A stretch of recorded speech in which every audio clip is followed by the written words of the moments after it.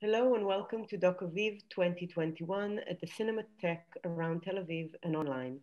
My name is Dr. Laliv Melamed and I'm delighted to be moderating this masterclass with filmmaker Hogir Hirori, whose film Sabaya won Doc Aviv Best International Film Award. Congratulations to you, Hogir. I would like to introduce Hogir in Hebrew for audience, if that's okay with you. אז כמו שאמרתי, ברוכים הבאים לדוק אביב 2021 בסינמטק ברחבי תל אביב ואונליין. שמי לליב מלמד ואני אערך את המאסטר קלאס הזה. אני מאוד שמחה להיות כאן עם הוגיר הירורי, במאי הסרט סבאיה, שזכה בפרס הסרט הבינלאומי הטוב ביותר בפסטיבל. הוגיר נולד ב-1980 בדוחוק, בחלק הכורדיסטני של עיראק. ב-1999 הוא ברח לשוודיה, ומאז הוא בעצם מתגורר בסטוקהולם. הוא עובד כצלם, עורך ובימאי עצמאי, ויש לו חברת הפקות משלו שתקראת לולב מידיה. הוגיר בעצם התארח אצלנו בדוק אביב לפני מספר שנים, בדוק אביב 2018, עם הסרט The Deminer, מסלק הפצצות, אני חושבת תרגמנו אותו, שגם היה חלק מהתחרות הבינלאומית של אותה שנה. בחרנו בעצם לעשות את הסדנה הזאת, את המאסטר קלאס עם הוגיר, כי אנחנו כפסטיבל שמנו לב ששוב ושוב הוגיר חוזר לאותו מקום ולאותה סיטואציה תאונה ואלימה. בעצם הסיפור של הכיבוש של דאעש בטריטוריה הקורדית והחזקה שלהם על העם הקורדי. הגיבורים שהוא בוחר הם גיבורים שחייהם, כמו שכתבנו בתיאור של הסדנה הזאת, תלויים על בלימה. ורצינו לשבת פה עם הוגיר ולשאול אותו מה זה אומר להצליח לגעת במציאות הזאת, בחיים האלה, באנשים האלה שעולמם מתהפך עליהם. So thank you for being here with us today, Hogir, to discuss your powerful and important work. We have 1 hour for the masterclass. We have plenty to talk about. I would also like to invite our audience to post questions to us, either via chat or if you're on Facebook, you can also post questions on Facebook. Hogir, let's start with the end, actually, with Sabaya. So Sabaya is actually depicting a situation that you've been, let's say, accompanying for quite a while, which is the fate of the Yazidi women that were captured by ISIS. This is not a recent condition. It has been happening since the conflict erupted, actually. And I wanted maybe to start by asking you, how did you start working on this? I mean, you were aware of this situation for a while, but how did you start working specifically on these rescue operations of Yazidi women? Tack så mycket. En ära för mig att vara här och hålla i den här masterklassen. Jag hoppas att ni verkligen att vi ger er goda saker som ni kan ta med er vidare. Thank you so much, first of all. It is an honor for me to be here, to be able to do this masterclass. And I hope that it will be useful for you in some way. Hela processen med Sabaya började, egentligen hade jag tanken om att göra den här filmen mycket tidigare. Jag har varit aktiv och gjort det här i min 3:e del av trilogin efter The Deminer och Flickan som räddade mitt liv. I've been thinking of doing this documentary for quite some time. This is my 3rd film after The Girl Who Saved My Life and The Deminer. Och när jag länge undrade vad som har hänt med alla de här flickor och kvinnor som var kidnappade, så var tanken från början att jag och min fru som också är journalist, att vi skulle åka ner tillsammans till Syrien och leta de här tjejerna, göra en dokumentär och ta reda på vad som har hänt dem. And ever since making my other two films, I've been wondering what happened to all the kidnapped women and girls that disappeared. So the initial thought was that me and my wife, who is also a reporter and a journalist, would go down to Syria together to make this documentary. Men sen gjorde jag min första resa till Syrien för att ta reda på det. Och då kände jag att läget inte var så bra att vi båda skulle vara där eftersom vi har 2 små barn. Så jag gjorde min första resa ensam. Sen tanken var att jag skulle en till resa när jag hittade de här personerna som jag skulle filma för Nyhetscentret. Och då skulle vi kanske gå ner ett större team. Men läget förändrades ganska snabbt och blev mycket, mycket sämre än vad det var tidigare.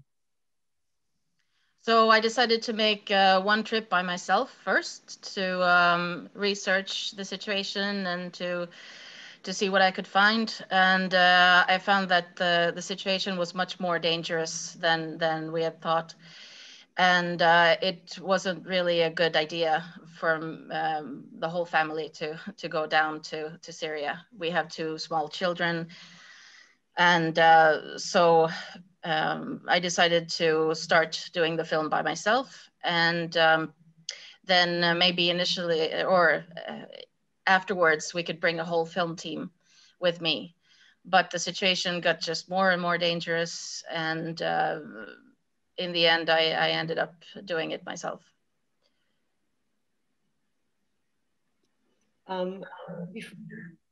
Sorry, do you have more?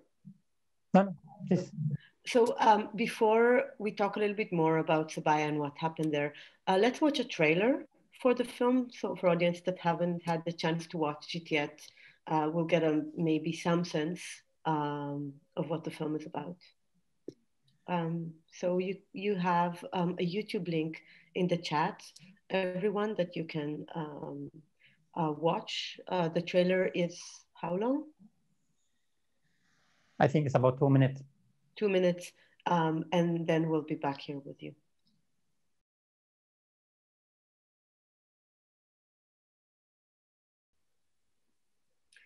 Okay, I hope everyone is back with us. In all of your films, Hogir, there is this acute feeling that both protagonists and filmmaker are at danger.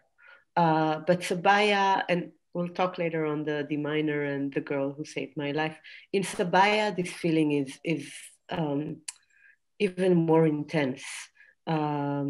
Basically, you put yourself and sometimes even the people who are doing the rescue operation at some risk by entering the refugee camp, and you really walk with, like, you become one with the team. There are like scenes in this film in which you really sense the how precarious and how inflamed the situation is. If you can tell us a little bit just about your work process, how are you able to depict these situations that are so unstable, that are so risky? Syrien är ett land där jag har varit i innan kriget, besökt landet. Jag kan inte landet så bra, men jag kan prata arabiska fast ett annat dialekt. Så när jag är där så märks det väldigt väl att jag inte är därifrån. Och det var ju min största dilemma under den här tiden jag spelade in filmen. I'd visited Syria before the war started, but I don't know the country that well.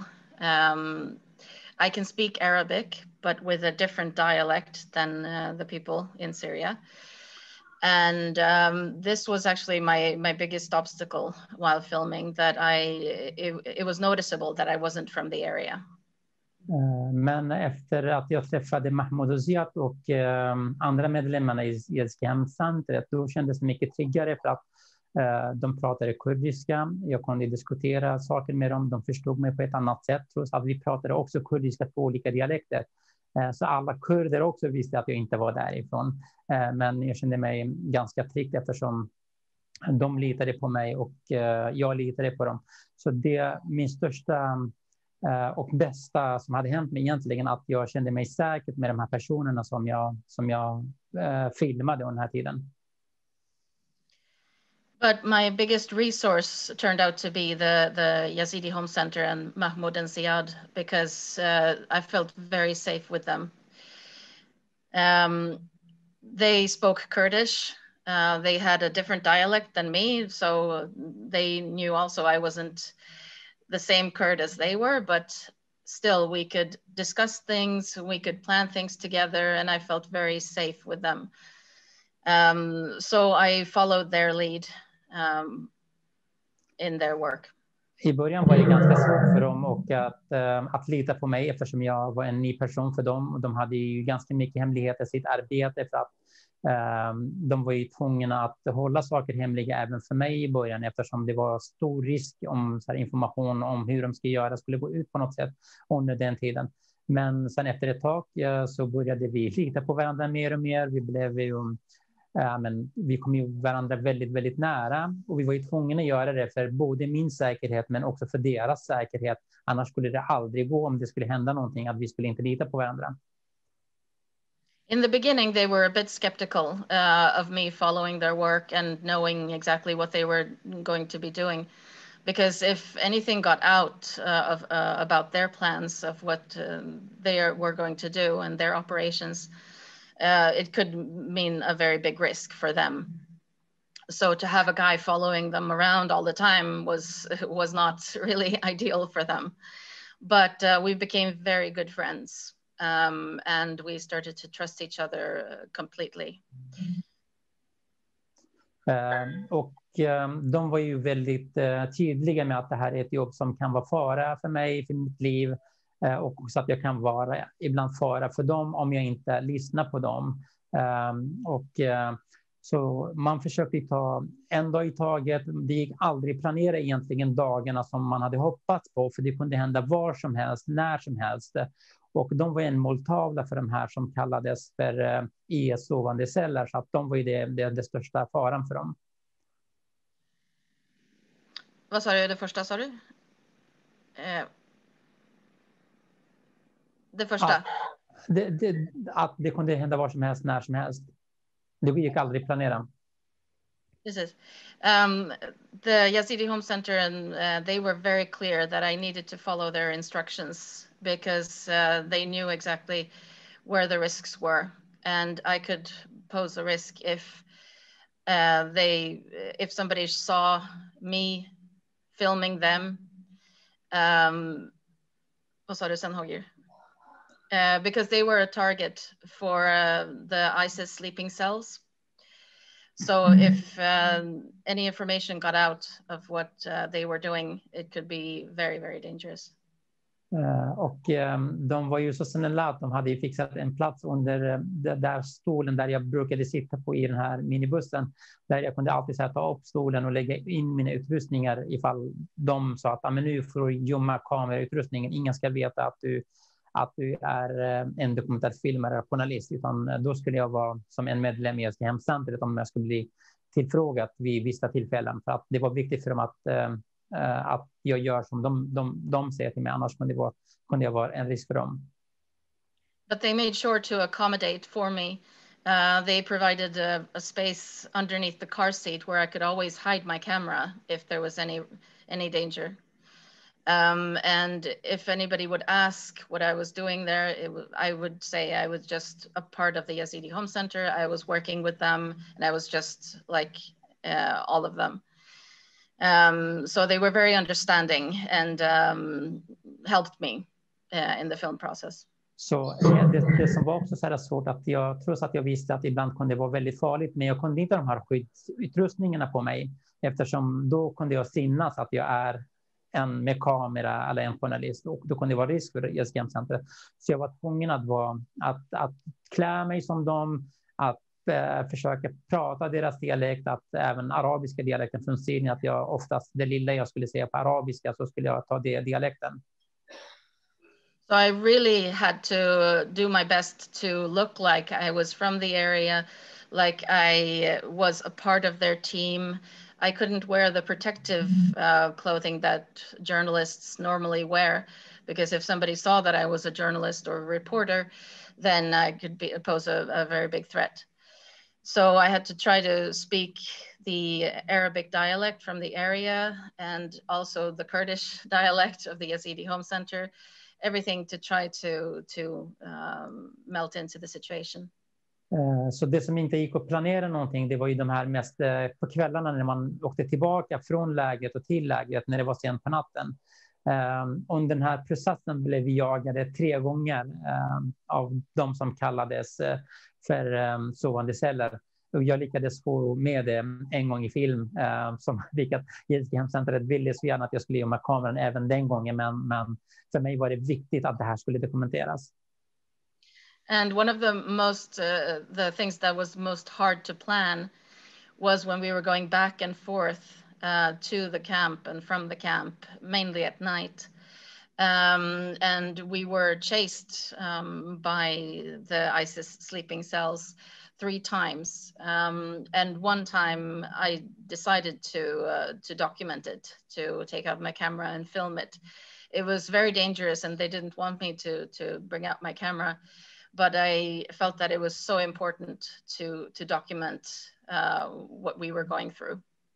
Och jag kommer ihåg första gången jag var i Al-Hol-lägret, så precis när jag skulle ta ut min stativ och kamera från väskan, min stora kamera, då hade jag med mig 2 säkerhetsvakter och Mahmoud som var lite längre bort och försökte ha koll på oss.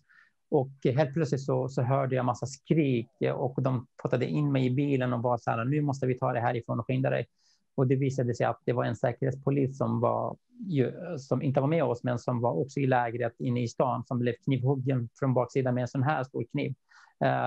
Så att riskerna, då var det så här direkt så här, men det finns ju risker var som helst, hur som helst i lägret egentligen. Eftersom alla har på sig de här svarta kläderna och man visste inte vem som var med, de kunde gömma sig väldigt fort i lägret.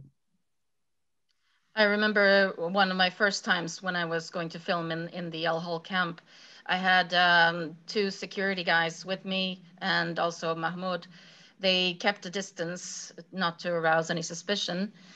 But just as I was bringing out my camera, I heard a big scream, and it turned out to be another security police that was stabbed with a huge knife that went right through his body. So I was quickly picked up by my team and thrown into the car, and they made sure to get me out of there. But I realized quite quickly that this is not a safe place. Men trots alla de här farorna som fanns där så kände jag hela tiden att det var väldigt viktigt att dokumentera verkligheten som inte har dokumenterats tidigare. Så det var jätteviktigt för mig att fortsätta göra det här, men också att hålla det här väldigt hemligt.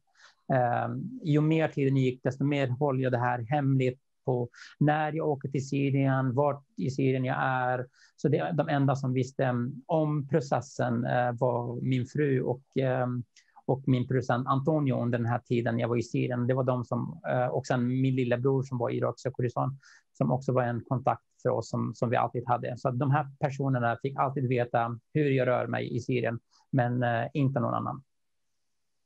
But for me it was always a priority to document the reality of the situation.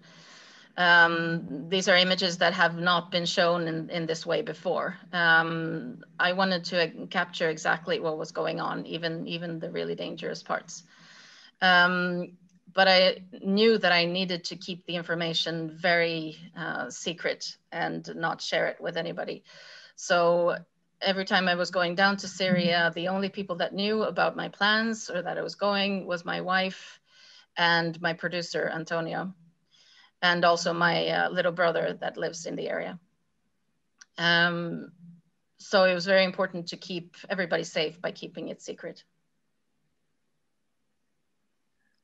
We'll go back to Sabaya toward the end of the masterclass, but for now I want to ask one last question.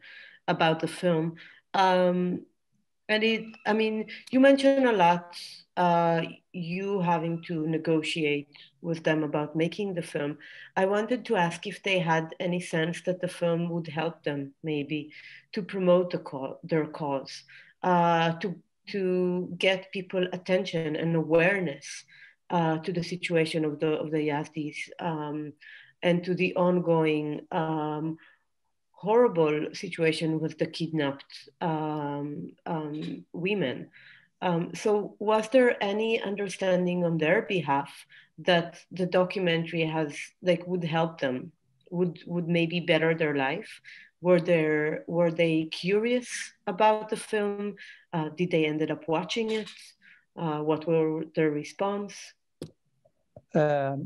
Yazidiska hemcentret har jobbat med att rädda tjejerna ett bra tag innan jag började filma dem. Så de är ett mycket litet organisation, ideell förening som hjälper yazidierna, de är själva yazidier. The Yazidi Home Center has been working for quite some time before I came into the picture with saving these women and girls. They are a very small organization, a non-profit organization. För dem har aldrig varit viktigt att få uppmärksamhet utomlands, utan det är många som har känt till dem, det är många som har uppmärksammat sig själva via dem och deras arbete, men aldrig uppmärksammat dem tidigare. So it's not really a priority for them to create attention about their work. There have been a lot of instances of people trying to draw attention to themselves on account of the Yazidi Home Center's work, but never really focusing on what the Yazidi Home Center does itself. Men både för mig och för dem som är viktigast av det här, att det är så många tjejer som är fortfarande kidnappade, som är gömda av IS, dels i Syrien, al-Hol-lägret, men också som har skickats till andra länder av de här IS-medlemmarna som har tagit med sig de här tjejerna. Så för dem, för varje dag som går, så blir det mycket, mycket svårare att hitta de här tjejerna, och därför kände vi att den här filmen är så viktig så att det kanske kommer mer hjälp som kan både hjälpa Yazidiska hemcentret, men också så kanske andra organisationers ögon öppnar sig nu att det finns så många som behöver hjälp, så att hjälpen kanske kan komma fortare. But this documentary is very important to the Yazidi Home Center. The problem still exists to a very high extent. There are so many women and girls still missing, and they're being moved to other countries where this problem is perpetuated. And our hope, my hope, and the Yazidi Home Center's hope is that it will not only create awareness with viewers of the film, but also for other organizations to become aware of the scope of this problem, and to be able to do something.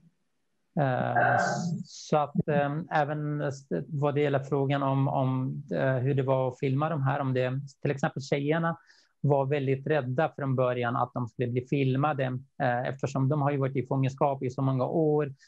Nästan ingen av de har ju sällan sett någon kamera vara så nära dem som jag gjorde nu under den här tiden. Men för mig var det jätteviktigt att jag ska vara jätteförsiktig och göra det här med respekt till både dem, men också för Yazidiska hemcentret, alla som blir filmade. Så att jag alltid tog tid på mig att fråga dem. Sen när det var dags att fråga dem så frågade jag väldigt fint om det var okej att filma dem. Och så på det sättet så har jag fortsatt med mina inspelningar. In the process with filming the girls, for example, and interviewing them and having them on camera was very delicate and sensitive. And I was aware of this. They have been in captivity for so long, and they have never had a camera shoved that close to their face and being asked questions.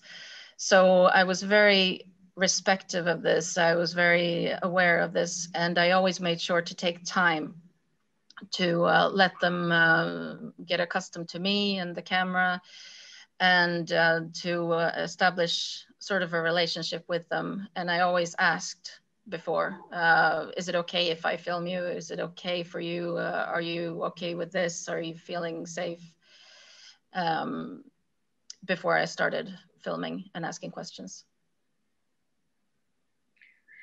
I wanted to ask you, Hogir, I mean, it's your third film in the area and you keep coming back to it. And also, from what you were telling us about Sabaya, we realize how important it is that in a way, you know, you're part of this area, right? You know the language, you know the customs.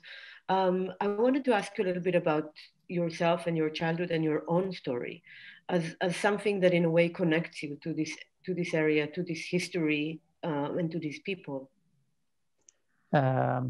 Så jag föddes medan min pappa var dömd till döden eftersom han ville ha ett självständigt fritt Kurdistan och han var peshmerga, så han tillsammans med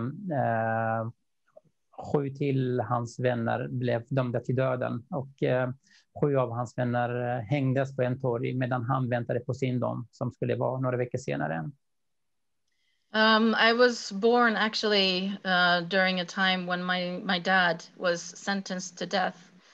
He was an active Peshmerga. He wanted to fight for a free and independent Kurdistan. And he had been sentenced to death with 7 of his friends. And the other friends sadly died. But he was waiting for his death sentence. Så min pappas sista önskan var att han skulle få träffa sin nyfödda son och min mamma och min farmor tog mig till fängelset och bakom gallarna gav min pappa mig namnet Hogir som betyder kamrat, vän på svenska och i förhoppningen på att kurder skulle få vänner, kamrater i framtiden. So in prison, my dad's last wish was to meet his newborn son. So my mother and my grandmother, they brought me to the prison, and from behind bars, my dad named me Hogir, and Hogir means friend. And it was my dad's hope and wish that this would mean that the Kurds would have many more friends in the future. Men sen kom Irak-Iran-kriget på 80-talet och då tog de alla de här politiska dömda personer för att kriga mot Iran och pappa var en av dem, så han blev befriad från att bli hängd men att skickades till kriget och pappa lyckades fly därifrån och komma till bergen igen. So then sort of luckily the Iraqi war started and my dad was recruited to be one of those the people that were going to fight in the war. So he was removed from the prison. Och sedan dess har vi varit på flykt hela vår barndom. Vi var alltid på flykt eftersom irakiska regimen var efter min pappa och också så var det en fara för oss. Fram till 1991 då var det 3 miljoner kurder som var på flykt. Så vi flydde tillsammans med 3 andra miljoner kurder. Och som 11 år gammal pojke gick jag vilse bland de här människorna och var utan mina föräldrar i 11-12 dagar. Jag var tvungen att hitta mat till mig själv, klara mig helt enkelt på egen hand för att överleva. Och det var ju väldigt, väldigt tufft de här dagarna. And since that time when my dad was removed from prison, we were essentially fleeing all the time because the Iraqi regime was after my dad and the situation got worse. So together with 3 million other people, we had to flee constantly.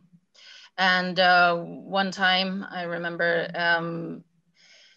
among all these 3 million people, when I was about 11 years old, I got lost.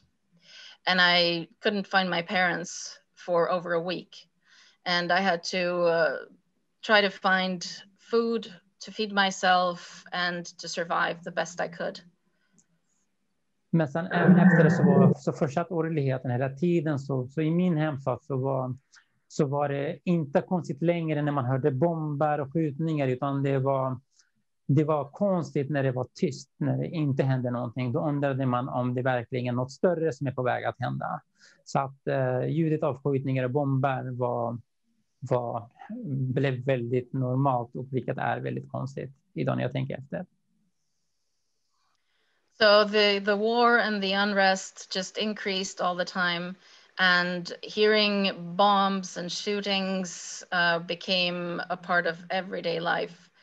And it was much more normal to hear in the background bombs and shootings going off all the time than to hear silence. If we heard silence, it was usually meant that something bigger was coming, which was danger and a threat. And it's quite strange to think about now, when I think back on it, that it was sort of normal to hear all these bombs and shootings going off in the background, that was more normal than silence.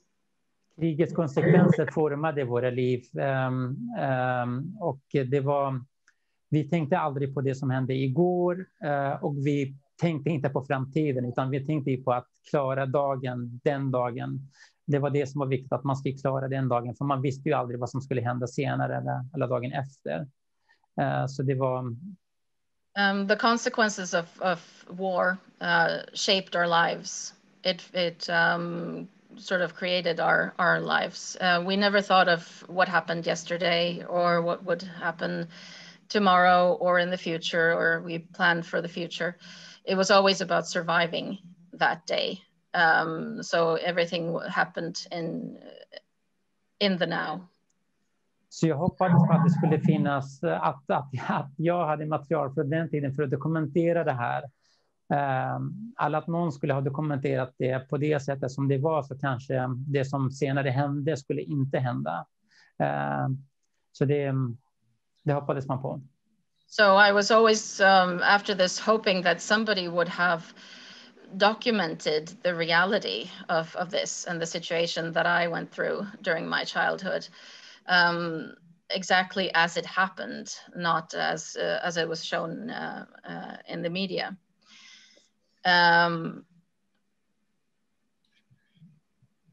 Fortsätt. I förhoppningen för att det som hände senare skulle inte hända. And my hope with having this documented was that it would not be repeating itself, that history would not be repeating itself, and that this would not happen again. But then in 2014, you're already in Sweden. You begin a new life. Do you want to tell us something about this period, or what brought you back to the area? Jag lämnade irakiska Kurdistan 1999 när jag var 19 år gammal. Precis den bilden var den senaste bilden jag tog precis minuter innan jag lämnade mitt hem 1999. I left my country when I was 19 years old. It was in 1999, and this picture is taken exactly the day that I decided to leave my home country. Jag hade en dröm att bli musiker. Jag spelade klassisk musik, huvudinstrumentet var cello. Så min dröm var att komma till Europa och bli en stor cellist som skulle gå runt hela världen och spela cello. And my biggest dream at that time was to become a professional musician. I played a lot of classical music. I played the cello. And my dream was to come to Europe and become a famous professional musician that would tour the world playing music. Väl i Sverige så försökte jag blockera alla minnen från min barndom tidigare i livet, utan jag försökte sikta framåt och aldrig tänka tillbaka på det som jag har gått igenom, utan hitta mig ett nytt liv i det här nya landet där det fanns möjligheter. When I came to Sweden, I really tried to just block out all the memories from my childhood and not think about them, and to be thinking forward and to create a new life in Sweden. Och i Sverige så träffade jag en tjej som var journalist, som var också kurd, som vi blev jättebra kompisar med. Och sen jag var bodde i en annan stad, så flyttade jag till Stockholm. Och den här tjejen hjälpte mig att komma in i en mediautbildning i Stockholm, trots att jag inte kunde så bra svenska, så hon sökte åt mig utbildningen. So in Sweden, I met this girl that was also a Kurd, and she was a journalist and a reporter, and she helped me to get into the media industry and to start my education in media.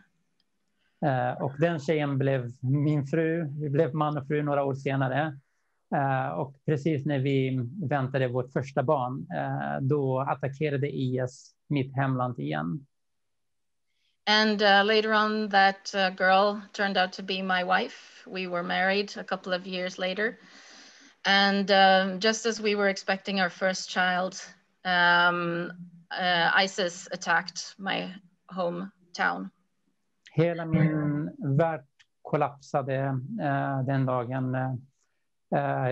Vi hade väntat så länge på att vi skulle få ett barn tillsammans, och det var bara några dagar, veckor kvar till det.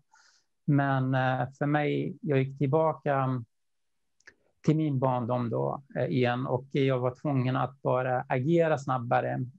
Då packade jag min utrustning den kvällen och åkte ner till hemlandet. And this really shook my world when that happened. It triggered memories from my childhood. And even though I've been waiting so long to see my firstborn child be born, and it was only weeks before he would be born, I just had to go down and visit the area again. So I packed my bag the same night, actually, and traveled down there. På plats så försökte jag, tanken var att jag skulle bara uppmärksamma situationen, lägga saker på sociala medier, och min förhoppning var att omvärlden skulle kunna reagera så att inte ett till massaker skulle ske. So my idea with making the first trip was just to document what was going on and post things on social media to create awareness in the world, that somebody would act or see what is happening. Men massakern skedde, det var ju redan igång, det var ju svårt att stoppa den där, det hemska som hände, och de mest drabbade då var, som för fan det är, var yazidier som hade en annan religion, som är ursprungligen kurder, men som har ett annat religion, yazidismen. But there was a big genocide happening, and it just kept going and going. And the people that were the most affected were the Yazidis, that are a minority of the Kurds, and they have their own religion and culture. Och IS hade sagt till dem, antingen ska de konverteras till islam, eller så ska de dödas helt enkelt. And ISIS was telling them that either they have to convert to Islam or they will be killed. Så alla historier som jag hörde på plats, det var historier, för mig var det historier som upprepade sig, så jag kunde egentligen bara lyssna på början av en historia, så kunde jag resten av historien, för det var precis de historierna som jag själv hört och sett tidigare under min barndom. And what I saw when I was down there were just history and stories repeating themselves again and again. It was the same thing that had happened during my childhood. Somebody just had to start telling me about something that happened to them, and I knew from my own experience how that would end or how the story would go. It was the exact same stories that were happening in my childhood. Och då bestämde jag mig för att göra min första film, en kortfilm som heter Isis offer, men sen efter också så började jag i samma område lite senare med en till film som heter Flickan som räddade mitt liv. So that's when I decided to make my first film. It was called The Victims of ISIS. And a bit later, I made my first bigger documentary, which was The Girl Who Saved My Life. Should we watch a trailer first, and then you'll tell us a little bit, Hogir, about the film? Okay, once again, we'll post you a link in the chat, and let's watch the trailer. داعش رشاش سرسري مدني وش كان مجي قرقوني كشتا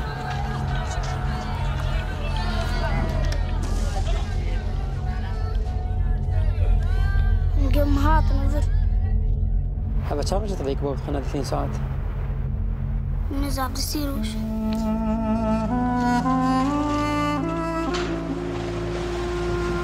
فكان جفار قرية دسيروش عم نخو.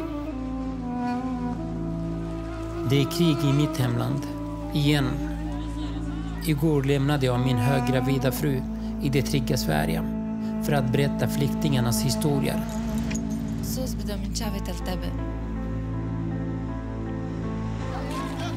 شلت هات يا سعاد ستيشم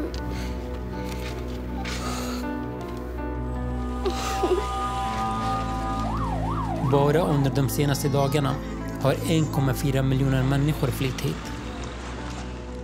Jag var سعاد يا ابو ايش بيري تشوي Jag vet inte hur jag kan hitta Suad.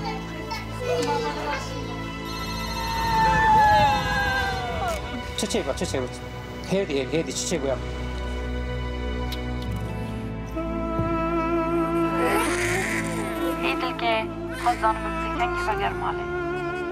اوي ابد شغاله البهني جاكي ورا بس تشتاق باش بريفانوش بتحمل نماز بجا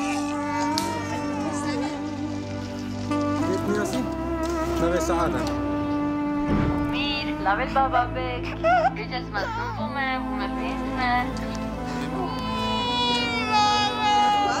بيتنا السعادة ببينا خوشتي هما مام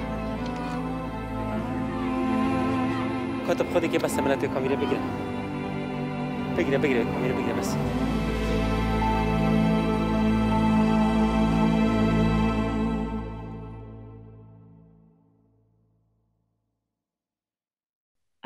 Okay. So the first film, The Girl Who Saved My Life, is actually a place where you show how the two conflicts are entangled. It's a way to tell the story of the current war, but also tell the story of you know, your own life and the way they were shaped by war. Can you tell us a little bit about what was the process for you of making this film? Jag ville ju dokumentera så mycket som möjligt av det som hände och fokusera på yazidierna under den här tiden. I wanted to document as much of what was going on as possible and to focus on the Yazidis at this time. Så jag fick möjlighet att flyga med ett helikopter som skulle till Shingalbergen där flera 100 000 yazidier var omringade av IS och som var utan mat och dryck i flera dagar. So I was offered an opportunity to go up in a helicopter above the Shingal Mountains, where thousands of Yazidis were being held surrounded by ISIS. Och precis när jag var på väg till bilen för att ta mig till helikopterplatsen där vi skulle flyga därifrån, då hittade jag en flicka som var 11 år gammal, som var sjuk. Hon hade gått vilse, inte sett sina föräldrar på flera dagar och var hungrig och ensam. And just as I was going up to the helicopter to take off, I noticed this girl lying on the ground. She was very sick and she was 11 years old and she hadn't seen or been able to be in contact with her parents at all for a very long time. And she was very hungry and tired. Och hon påminner mig om när jag var 11 år, precis som henne 1991, och jag hade gått vilse och var utan mina föräldrar, var hungrig och var sjuk. And she reminded me exactly of myself when I was 11 years old and I had lost my parents and had to survive on my own. Så jag bestämde mig för att stanna med henne. Och då kunde jag inte flyga med den här helikoptern som skulle till Sinjarbergen. So in that moment I decided to stay with her instead and to keep her company and to try to get her help.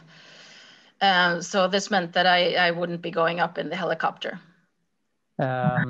Jag försökte hämta en läkare till den här tjejen, försökte hämta mat, försökte hjälpa henne på olika sätt. I tried to find a doctor, some kind of medical help to help her, to try to find food for her to eat, to help her in any way I could. Men efter ett tag så tappade jag spåret efter henne. Hon försvann från den platsen när jag var på väg att hämta mer hjälp åt henne. But then suddenly, when I was going to get more help for her, she disappeared from the place where she was before. Och det kändes som att hela min värld rasade igen eftersom jag såg mig verkligen i henne som barn. Så jag bestämde mig för att lämna det där området, gränsområdet, och ta mig till min hemstad Dohuk. And this affected me so much. My whole world was falling apart again because I was identifying with her so much. And it was just what had happened to me in my childhood. So I decided to leave the area at once. I just had to get out of there. När jag var på väg till min hemstad så ringer min lillebror som var min kontaktperson i landet. Och han var väldigt, väldigt tagen. Han skrek bara och undrade vart jag var. And on my way back to my hometown, I got a phone call from my younger brother. And he was very, very emotional and upset. And he was just screaming into the phone and wondering, where are you? Where are you? Han berättade för mig att den helikoptern som jag skulle med har kraschat. Han trodde att jag var med i den här helikoptern. He told me that the helicopter that I was going to go on had crashed and everybody on board had died. Inte alla dog, det var några som dog, men många blev väldigt svårt skadade. Not everybody died on the helicopter, but many died and the rest of them were very badly injured. Och tanken var att jag skulle komma tillbaka till Sverige några dagar senare, men hela min värld, mina planer ändrades efter den här händelsen. Så jag bestämde mig att försöka upp den här tjejen och hitta den här flickan. So I initially wanted to go back to Sweden a couple of days later, but this affected my whole world and I just had to find this girl that had saved my life. Men det var ingen lätt process, så det tog ju väldigt lång tid. Jag kom fram och tillbaka till Sverige flera gånger och lovade min familj att jag skulle stanna med dem, men jag kunde inte stanna med dem. När jag var i Sverige så fanns jag här, min kropp fanns här, men mina tankar var hela tiden där nere med de här människorna som jag har träffat. And this turned out to be a very difficult process to find her. I ended up going back to Sweden a couple of times in that process. But every time that I was in Sweden with my family, my body was in Sweden and with them, but my mind was always in Kurdistan, thinking about the situation and about the girl. Så under min sista resa i landet så hade jag bestämt mig, om jag inte hittar den här tjejen, då tar jag det flyget och kommer tillbaka till Sverige. Så vi gjorde allt vi kunde för att hitta den här tjejen, flickan, men det var väldigt, väldigt svårt tills jag var den morgonen när jag var på väg till flygplatsen för att ta flyget hem, där min fru och min son skulle vänta på mig. So I decided to make one last trip down to the area, and I decided if I wasn't going to find her this time, I would just abandon the idea and go back to Sweden and try to live my life again. But the morning that I was going back to the airport to fly back to Sweden, I ended up finding her. Så jag åkte tillbaka till den där tältet där hon var. Hon var fortfarande sjuk. Det visade sig att hon hade epilepsi sedan tidigare som de inte visste om. Och hon kom ihåg mig efter alla de här månaderna. Det hade gått 6-7 månader sedan vi träffades. So of course I decided to stay when I heard that she had been found. And it turned out that she was an epileptic and she was very sick. And when I met her, she recognized me from the time that we had briefly met many months ago. Så hon ville bli fotograf, hon ville bli journalist, sa hon till mig. Så i slutet av filmen så får hon min kamera. Och när jag senare, jag och min fru och vår son besöker henne, då filmar hon oss istället att vi ska filma henne. So she told me that she dreamed of becoming a journalist and a reporter. So when my wife and me went down to visit her together with our young child, I gave her my camera, my big camera. And in the end, she ended up documenting us instead of me filming her.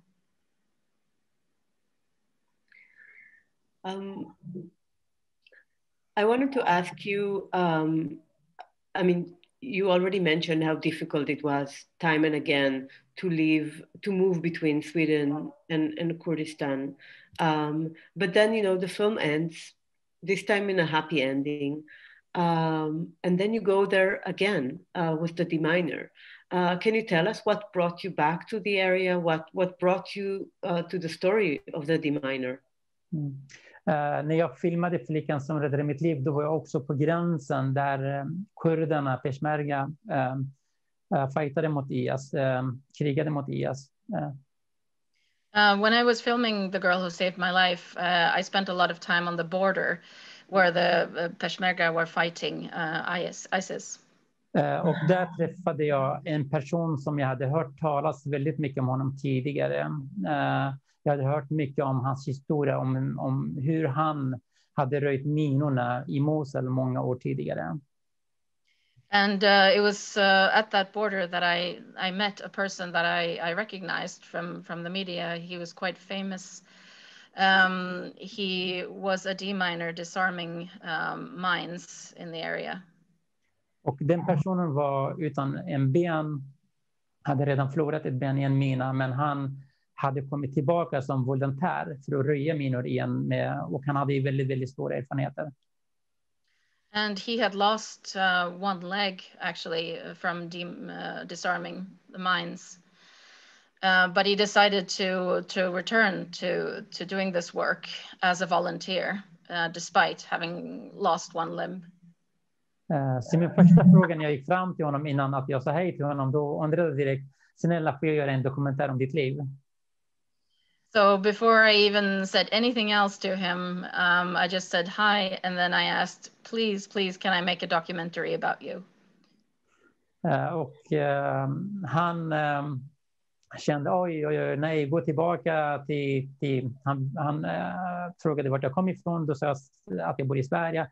Han bara, nej, det här är fel plats för dig. Gå tillbaka till ditt hemland. Varför är du här överhuvudtaget? Och det här är för farligt. Så du får bara gå tillbaka. And he just said, no, this is not, no, it's not a good idea. And he asked where I was from. I said, I came from Sweden. And he said, oh, no, this is not the place for you. This is too dangerous. Please just go back to Sweden and forget about this. Sen fick jag också veta att en annan person som har börjat filma honom någon vecka kanske tidigare, eller i alla fall en kort tid tidigare. När jag tjatade för mycket på att jag vill gärna filma honom.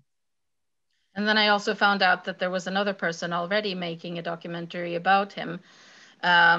But I just kept insisting and asking him if I could do it anyway.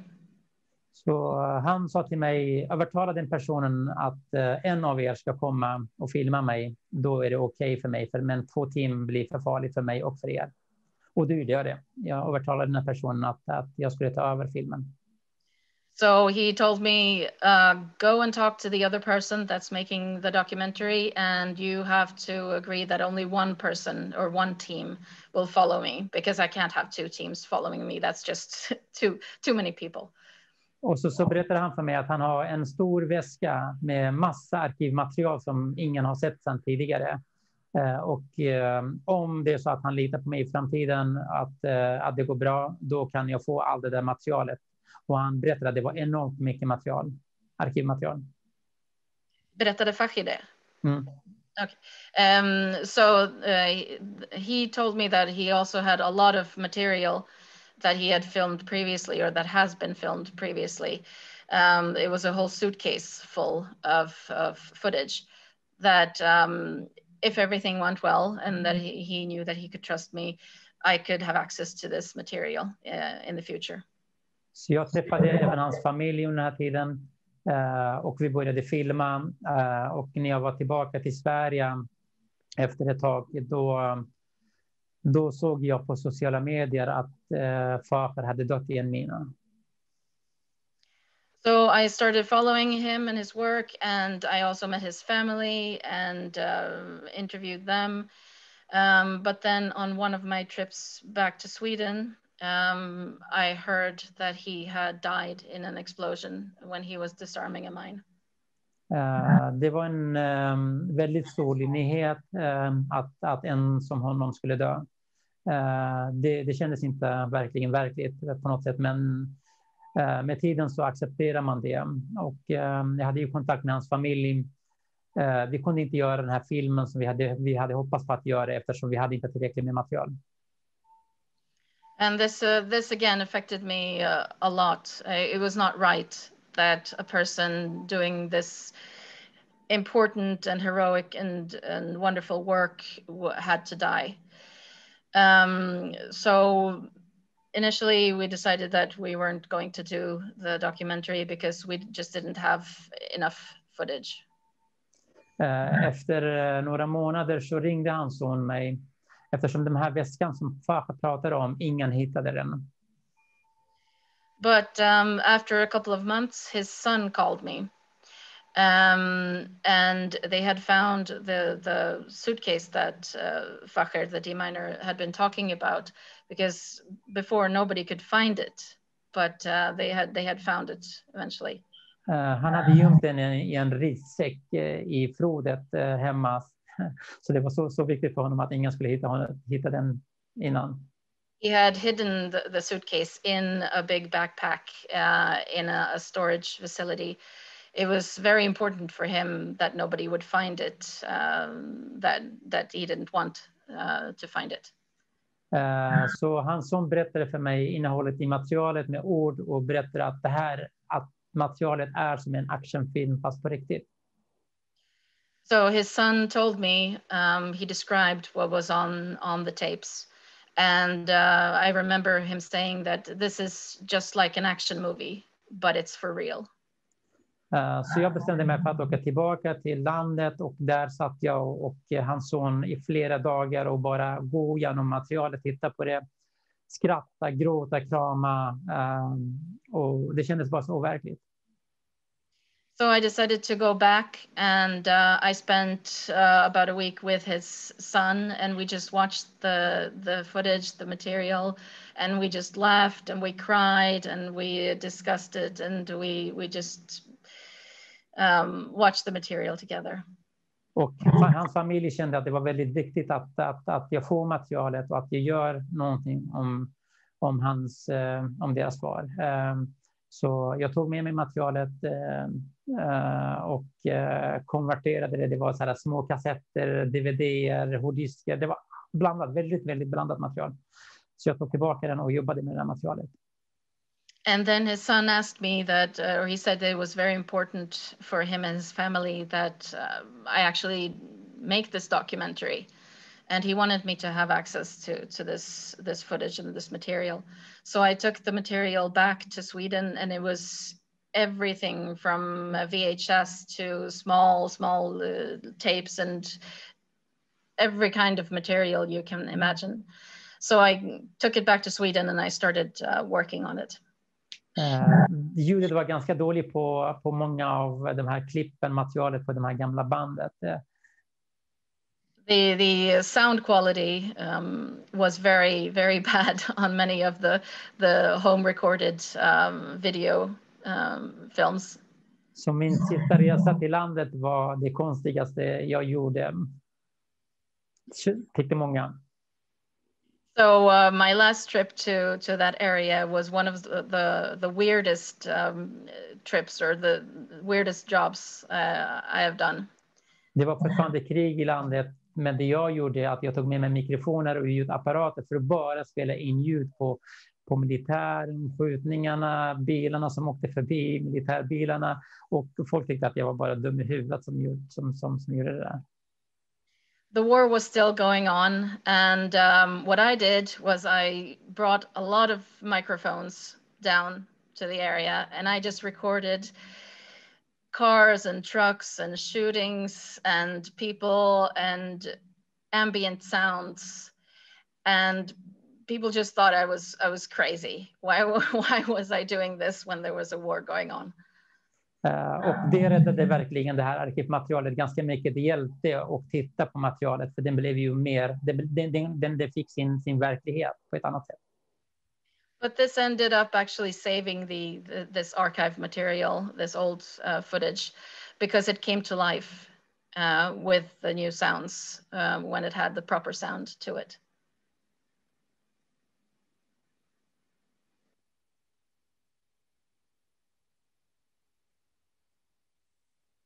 Sorry, the bell were ringing here, so I muted my microphone. We're running out of time, but I do want to ask you, Hogir, 2 questions that maybe summarize these 3 films. In each one of them, you kind of like you're doing the impossible in a way. And my first question is a question about trust and about friendship. Which come out to be something really important and also something very effective that happened with your films. So your films are so much dependent on people trusting you. But as you told me before when we talked about the films, I mean, you also need to give back, right? Trust is something that is constituted by not only your protagonists, you know, giving you their life stories, basically. It's also you giving back to them. So if you can say a little bit about how you formed this trust, but also the friendships that are formed and how it affects you in the long run, you know, being so attached or connected to these lives, to these stories. Jag har alltid varit som en öppen bok när jag är där och träffar de här människorna. Jag berättar allt om mitt liv, om mig, om min bakgrund, så att de ska veta allt om mig innan jag vet så mycket om dem. I've always made sure to be an open book for the people that I meet and that I want to interview and document. I tell them about my life, everything going on in my life in Sweden, about my wife, about my children, so that they know everything that they need to know about me before I start asking questions about them. Och jag är väldigt långsam och försiktig på hur jag ska ta mina steg för att bli vänner med de här personerna. Men och det funkar jättebra på det sättet. And I make sure it's very important for me to take a lot of time to establish these relationships and to establish trust. Never to rush anything, to let them get to know me and I get to know them before I start filming and documenting. Men de flesta som jag har träffat sedan 2014 fram tills idag är personer som jag har fram tills idag kontakt med och som jag ger tid till när vi pratar med varandra. Även ibland när det blir för mycket som mig som person med det jobbet och stressen jag har på jobbet och hemma, så försöker jag alltid ge den här tiden till dem, att inte glömma bort dem. But almost everyone since about 2014, when I started documenting people. Almost everyone I'm still in contact with. And I always make sure, even outside filming and afterwards, for the years to come after I've filmed somebody, that I always take the time to talk with them, to see how they're doing, to just have discussions about anything with them, to give them my time, even though I feel that my own life is stressful. It's important for me to keep these relationships going. Men också att jag via mina filmer får hjälpa dem på annat sätt. Att hjälpa dem med det de behöver mest av allt. But I also feel that by making these films, these documentaries, I can help them by creating awareness of their situation, and maybe that can help them in some other way. Till exempel i Fakhers fall, hans familj bodde i en hyreslägenhet. De hade inte råd med sin hyra längre. Så tack vare filmen så fick de ett hus av regeringen, irakiska Kurdistans regering, som presidenten där gav dem.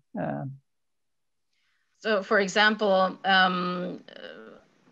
the deminer Fakhr, his family, after he died, they couldn't pay their rent. They were living in an apartment that they had to leave because they couldn't pay their rent anymore. And after the film was shown, the government actually gave them an apartment because of the film, because of his work. Men också alla de här flyktingarna där vi har samlat väldigt, väldigt mycket pengar via olika organisationer, men också via filmarna och som har pengar som har skickats ner till flyktingarna på olika sätt och hjälpt dem på olika sätt. But also my other movies my other films have generated quite a lot of financial aid for the refugees and the people shown in the film. I wanted to ask you if you're hopeful, but then I had to also think about my question, because I think that your films that are so much about tragedy have this hope in them. So if you can tell us a little bit more, how in a situation that is so grim, is so dark, is so painful, how are you able to get a hold or grasp this hope? Jag tror människorna i området, så som jag också gör, att vi har alltid levt med att det finns hopp någonstans i slutet av tunneln. Men att eftersom det här är historier som upprepar sig hela tiden, det här är historier som min farfar har berättat för pappa, pappa har gått igenom och sen berättat för mig, jag har gått igenom, jag berättar för min son. Both myself and the people in the area that are affected by this daily have always had some kind of hope that this will one day get better. But the grim reality is that these are stories that are just repeating themselves. My grandfather experienced this, that he told to my father, and my father experienced the same thing that he told me. And now I am experiencing it again. Kurdernas område ligger ju mellan 4 länder där ingen av de här länderna som är Irak, Syrien, Turkiet, Iran vill att kurderna ska bli självständiga. Och det här är någonting som vi kommer att ta med resten av livet. Och för varje gång de känner att det finns lite ljus i tunneln så ska de släcka det ljuset. The Kurdish area is unfortunately between 4 countries, Turkey, Syria, Iran, and Iraq. And none of these countries want the Kurds to be independent. And every time that there is some kind of hope for the Kurds to have a better future and to be independent, this is sadly extinguished and put out. Och det är därför vi ska aldrig tappa hoppet, utan tänka på att hoppet finns någonstans som kommer komma tillbaka. But that makes it even more important to keep on hoping, to keep on fighting, to keep on looking to the future, that things must and will get better. My last question to you, Hogir, is what does it mean for you to bring your films to Israel, to show them to audience here? Jag var där med Adi Miner och ska jag vara ärlig så var jag lite nervös innan jag kom dit med Adi Miner. Men erfarenheten på plats och alla människorna som jag träffade från festivalen gjorde mig väldigt, väldigt glad och jag kände mig väldigt, väldigt hemma med de här personerna. I've been to Dokaviv before with the D minor.